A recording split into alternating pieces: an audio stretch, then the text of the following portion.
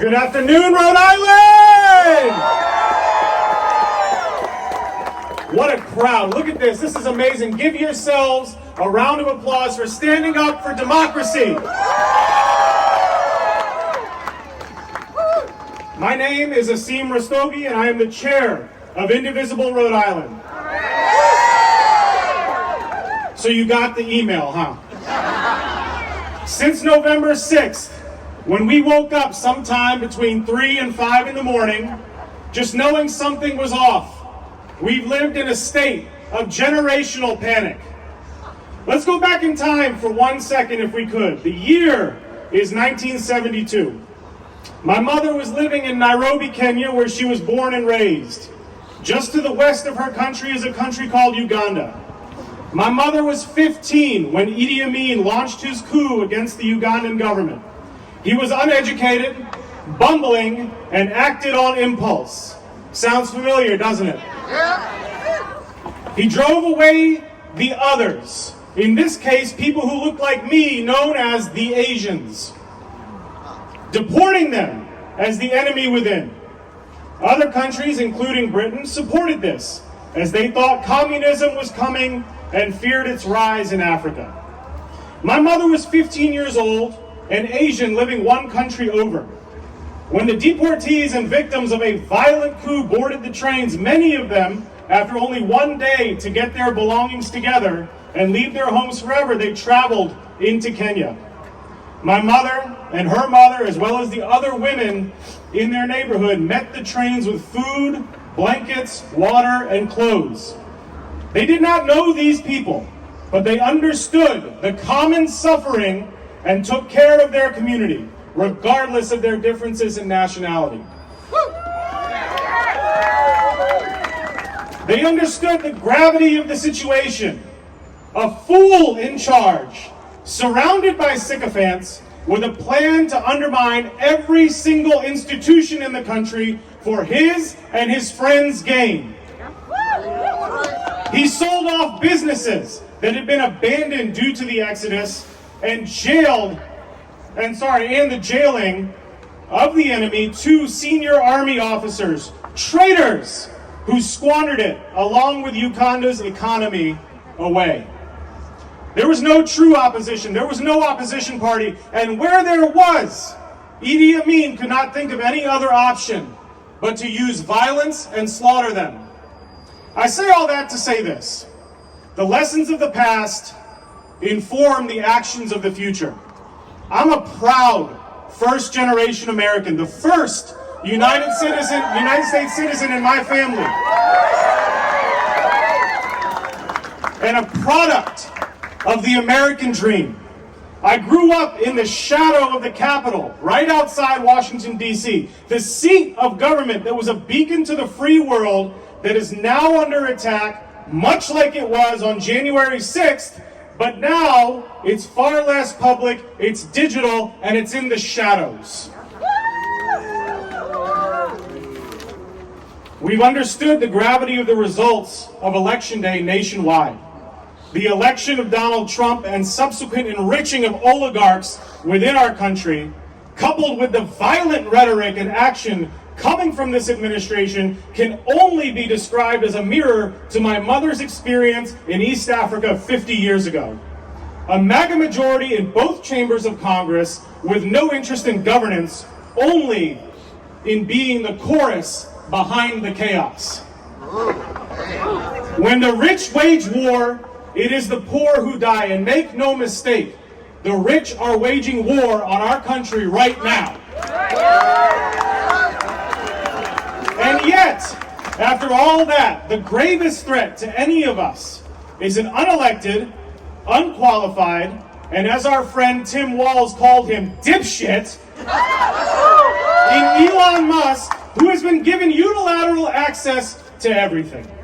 Unilateral access to the programs. Yeah, boo it up, yes!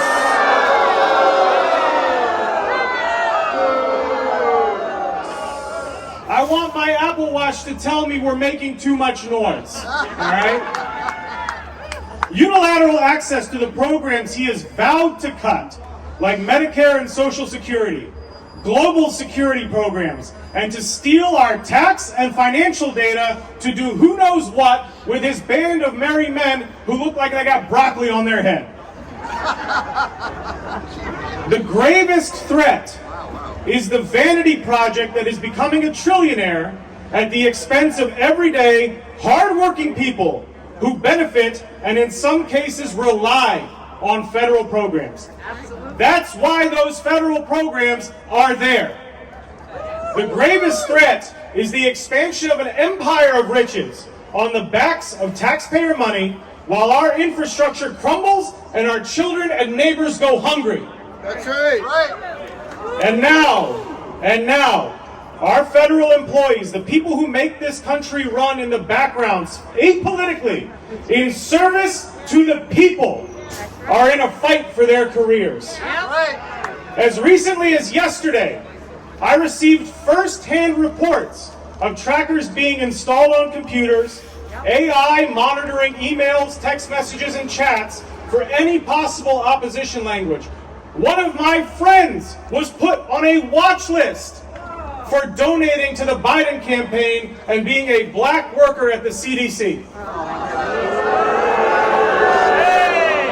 Federal employees, like the one I just mentioned, being delivered pizzas they did not order as a way to say, hey, we know where you live.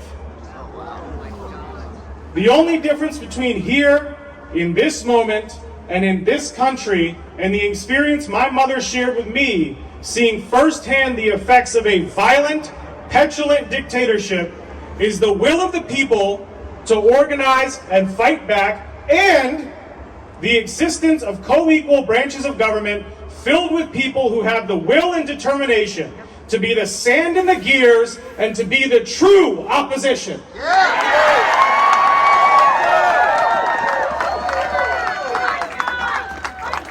Come on. We've made phone calls. We've visited offices. We've sent emails. There's been some progress, namely the 30-hour opposition to Russ Vought's nomination and subsequent confirmation. Our senators, Jack Reed and Sheldon Whitehouse, were on the floor during those 30 hours, and for that, we are thankful. It was a start. More. Keep going.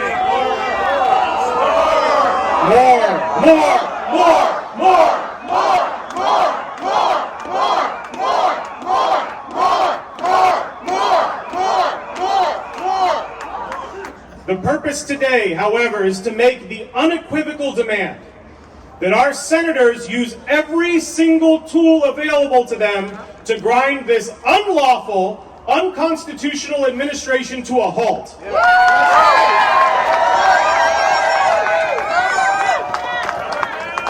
To be the public opposition we as Rhode Islanders deserve. That's right. Let me be very clear in wrapping up. Our federal delegation will know that we support them in this fight, as evidenced by the turnout here today. We have their backs to go full steam ahead in bringing the full might of the opposition to the front lines, to lead from the front and influence their peers to step up and stop the madness. Capitulation, norming, and negotiation with those clearly intent on tearing up the Constitution is neutrality in the face of violence and oppression. And neutrality, my friends, always favors the oppressor. Right.